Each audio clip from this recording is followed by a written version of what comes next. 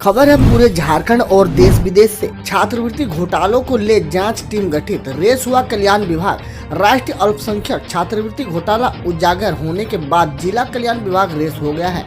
जिला कल्याण पदाधिकारी सुभाष कुमार ने इस मामले की जांच के लिए टीम का गठन कर दिया है।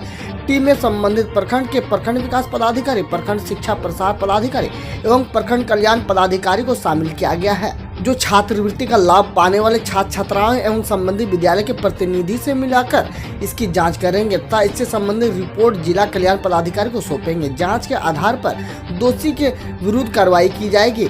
डंडई प्रखंड के उजागर हुए इस मामले की जांच के लिए डंडई प्रखंड विकास पदाधिकारी सोमा उराव की अध्यक्षता में जांच टीम का गठन किया गया है। टीम में प्रखंड शिक्षा पदाधिकारी शिव कुमार सिंह व प्रखंड कल्याण पदाधिकारी बलराम कृष्ण शर्मा शामिल है। इस प्रकार अन्य प्रखंडों में भी इस प्रकार की टीम का गठन किया गया है, जिसके द्वारा मामले की गहनता से जांच की जाएगी।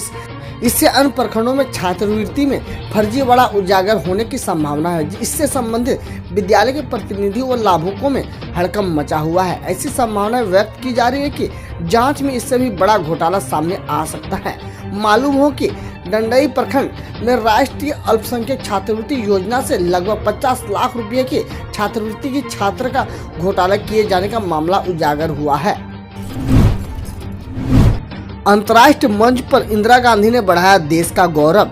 स्थानीय जिला कांग्रेस कार्यालय के सभागार में गुरुवार को पूर्व प्रधानमंत्री स्वर्गीय इंदिरा गांधी की 103वीं जयंती मनाएगी। कार्यक्रम के आरंभ में स्वर्गीय इंदिरा गांधी के चित्र पर फूल माला चढ़ाकर श्रद्धा सुमन अर्पित किया गया। इसका संचालन मिथिलेश कुमार सिंह ने किया। इससे लेकर आयोजित एक सेमिनार में श्याम नारायण सिंह ने कहा कि देश की पहली महिला प्रधानमंत्री रहते हुए उन्होंने अंतर्राष्ट्रीय समुदाय में भारत का गौरव बढ़ाने का काम किया था। पूर्व प्रधानमंत्री भी अटल बिहारी वाजपेयी ने उन्हें साक्षात दुर्गा का रूप कहा था। वरीय उपाध्यक्ष विनोद तिवारी ने कहा कि प्रधानमंत्री रहते उन्होंने देश हित में दृढ़ निश्चय के साथ कई कठोर फैसले लिए। इसमें बैंक का राष्ट्रीयकरण, परमाणु विस्फोट, सिक्किम का भारतीय गणराज्य में विलय, रूस की मदद से भारतीय वैज्ञानिक राकेश शर्मा और अंतरिक्ष में भेजना, हरित क्रांति, श्वेत क्रांति, गरीबी हटाओ कार्यक्रम व 20 सूत्री कार्यक्रम को लागू करना शामिल है। सिकारीपाड़ा के विधायक नलिन सोरेन चुने गए 2020 के सर्वश्रेष्ठ विधायक। 22 नवंबर को राज्यपाल करेंगी सम्मानित। झारखंड मुक्ति मोर्चा के विधायक नलिन सोरेन को 2020 का सर्वश्रेष्ठ विधायक चुना गया है। वे लगातार 7 बार से सिकारीपाड़ा का विधायक चुने आ रहे हैं। अब तक इससे पहले 16 विधायकों को यह सम्मान मिल चुका है। नलिन सोरेन को 22 नवंबर को राज्यपाल सम्मानित करेंगे। इन्हें 51,000 रुपया प्रशस्ति पत्र और शॉल देकर सम्मानित किया जाएगा। विधायक के अलावा संयुक्त सचिव शिशिर कुमार झा, प्रशाखा पदाधिकारी सोमेन कुमार सिंह, प्रशाखा पदाधिकारी लक्ष्मी मुचवा, मनोज कुमार और हेलोना कंडोला को विधानसभा के उत्कृष्ट कर्मी के तौर पर स्वर्गीय कपिलेश्वर पुरस्कार से सम्मानित किया जाएगा। वहीं कोविड-19 के समय बेहतर काम करने के लिए रांची के civil surgeon VV Prasad, ADM law and order Akhilesh Kumar Singh और रिम्स के मुख्य नर्स राम रेखा राय को भी सम्मानित किया जाएगा। सीएम हेमंत सोरेन बाल बच्चे गुमले में काफिले की गाड़ियों के बीच अचानक घुस आई दूसरी गाड़ी। यह खबर है गुमला से। नेतरहाट जाने के क्रम में झारखंड के मुख्यमंत्री हेमंत सोरेन की सुरक्षा में चल रहे कारकेड में दूसरी गाड़ी के आ जाने से 2 गाड़ियों के बीच भिड़ंत हो गई। इस घटना में मुख्यमंत्री बाल बच गए। गुमले से लोहरदगा जाने के क्रम में घाघरा स्थित चांदनी चौक के साथ यह घटना घटी हुई। कारकेड के बीच में अचानक आए स्कॉर्पियो को नुकसान हुआ है। वहीं स्कॉर्पियो से टकराने की वजह से ऑडी गाड़ी को आशंकित क्षति पहुंची है। बता दें कि गुरुवार को मुख्यमंत्री हेमंत सोरेन रांची से सड़क मार्ग से नेतरहाट के लिए निकले। गुमला पहुंचने पर सीएम श्री सोरेन का अधिकारियों ने स्वागत किया। इस दौरान श्री सोरेन घाघरा प्रखंड कार्यालय का निरीक्षण भी किया। इसके बाद लोहरदगा होते हुए नेतरहाट के लिए निकल पड़े। यह खबर भी गुमला से ही है। नवाडी में पीएम आवास योजना की राशि में हेरफेर, सभी लाभुक की जगह दूसरे के अकाउंट पहुंचा पैसा। गुमला जिला अंतर्गत पालकोट प्रखंड के कोलेंच पंचायत स्थित नवाडी गांव में प्रधानमंत्री आवास योजना की राशि में हेरफेर का मामला सामने आया है। इस योजना के सही लाभुक सुकरा खड़िया का पैसा उसके खाते में न आकर किसी दूसरे व्यक्ति के खाते में चला गया है। इस कारण सुकरा का आवास अधूरा पड़ा है। इस संबंध में लाभुक सुकरा खड़िया प्रखंड मुख्यालय का चक्कर काट काट कर परेशान है, लेकिन सूद लेने वाला कोई नहीं है। प्रखंड के कोलेंच पंचायत स्थित नवाडी गांव में पीएम आवास योजना के तहत वित्तीय वर्ष 2017-18 में प्रधानमंत्री आवास निर्माण में घोर लापरवाही बरती गई है। आवास के लिए जारी सूची में नाम किसी और का है, जबकि भुगतान किसी और के खाते में कर दिया गया है। लाभुक सुकरा खड़िया इसकी शिकायत मुखिया सोमा केरकेट्टा से किया। यह खबर है गोड्डा जिला के मेहरमा से। आवास पूरा नहीं करने वाले पर होगी प्राथमिकी।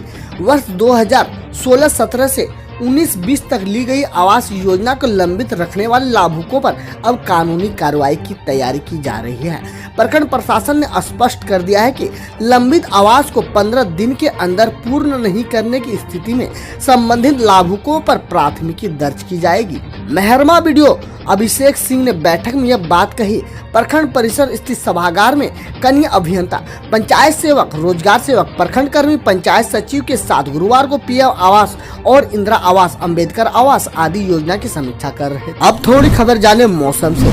रांची में बदला मौसम का मिजाज, कई इलाकों में जोरदार बारिश, छठ तक छाए रहेंगे बादल। रांची में मौसम ने करवट ले ली है। सुबह से ही बादल छाने के बाद दोपहर 12 बजे के बाद रांची के कई इलाकों में जोरदार बारिश शुरू हो गई है। कोकर, रातू रोड, कांके में जोरदार बारिश हो रही है। मौसम विभाग के अनुसार अगले 2 दिन तक शहर में आंशिक बादल छाए रहेंगे।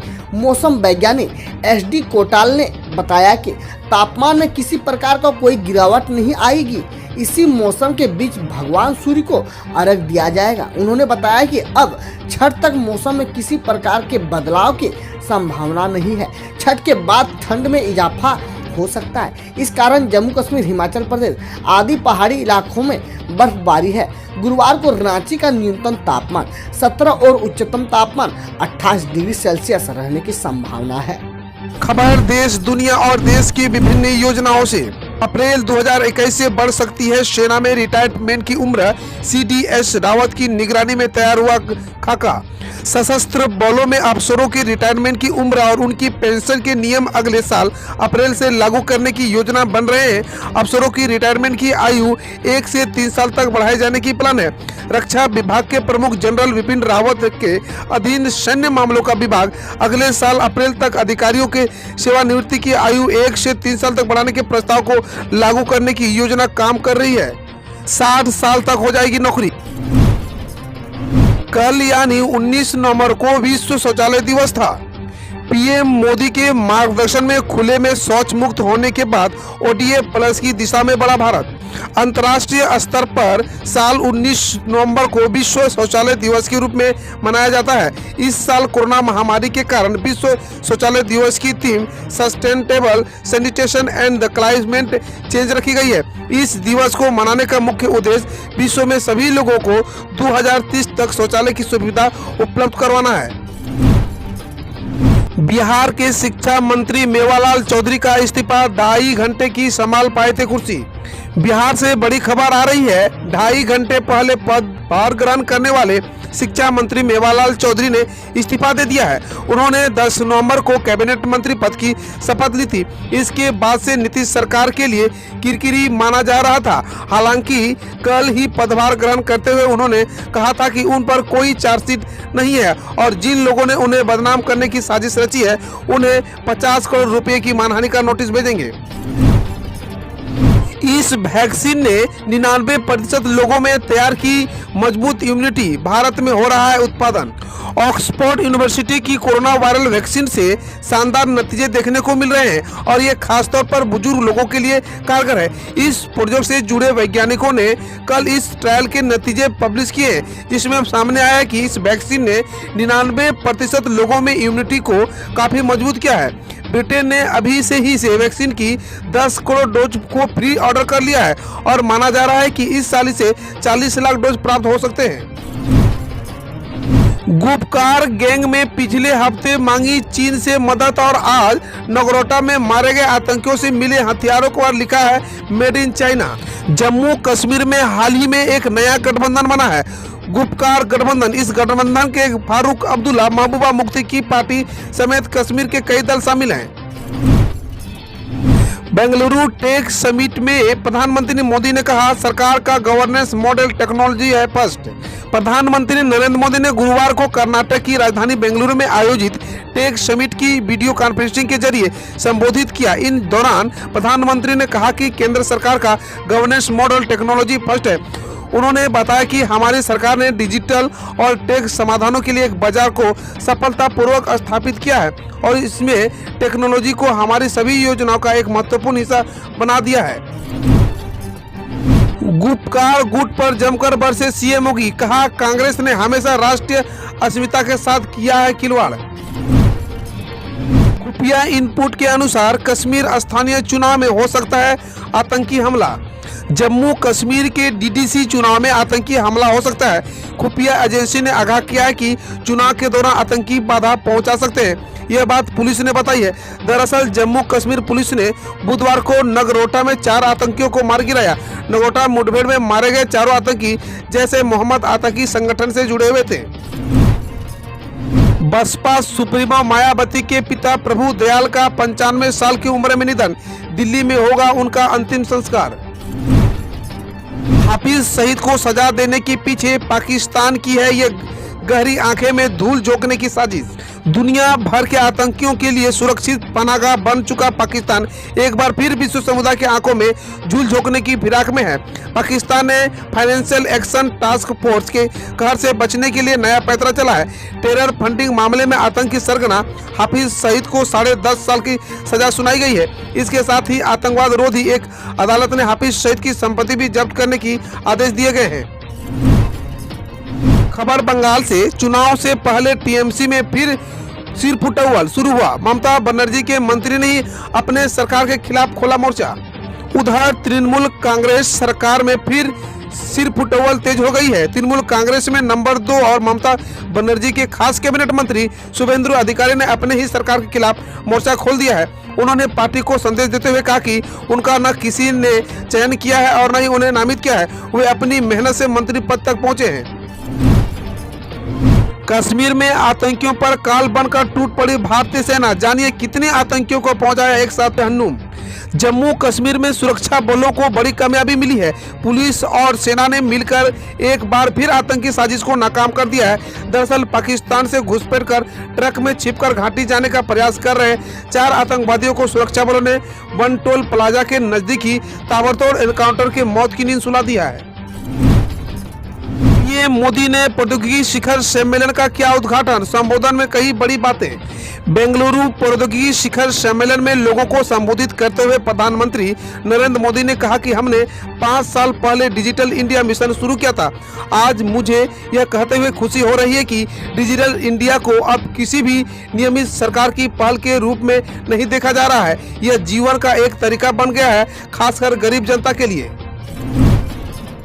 भाजपा के वरिष्ठ नेता और केंद्रीय मंत्री मुख्तार नवाज नकवी ने कहा कि अनुच्छेद 370 की समाप्ति ने जम्मू कश्मीर के पुराने कानूनों को खत्म करने का रास्ता खोल दिया है। भारतीय जनता पार्टी के वरिष्ठ व केंद्रीय मंत्री मुख्तार अब्बास नकवी ने गुरुवार को अनुच्छेद 370 को लेकर बड़ा बयान दिया है। उन्होंने कहा कि अनुच्छेद 370 की समाप्ति ने जम्मू कश्मीर के ऐसे पुराने कानूनों को खत्म करने का रास्ता खोल दिया है जो जम्मू कश्मीर और लद्दाख क्षेत्र की विकास प्रक्रिया में बाधक बन रहे थे। सस्ता हो गया सोना चांदी, जानिए 853 रुपए तक गिरावट के बाद क्या है नया भाव। दिल्ली सराफा बाजार में गुरुवार को सोना 248 रुपए प्रति 10 ग्राम सस्ता होकर 49,714 रुपए पर आ गया है। इसके पहले बुधवार को दिन भर के कारोबार के बाद सोने का भाव 49,962 रुपए प्रति 10 ग्राम पर बंद हुआ था। अंतर्राष्ट्रीय बाजार में सोने की भाव आज $1861 प्रति औंस पर नजर आया। हम रोज ऐसे ही न्यूज लाते रहेंगे, तो यदि आपने अभी तक क्लीन न्यूज को सब्सक्राइब नहीं किया है तो पहले फटाफट सब्सक्राइब कर लें, साथ ही बेल आइकन को दबा दें ताकि कोई अपडेट मिस ना हो।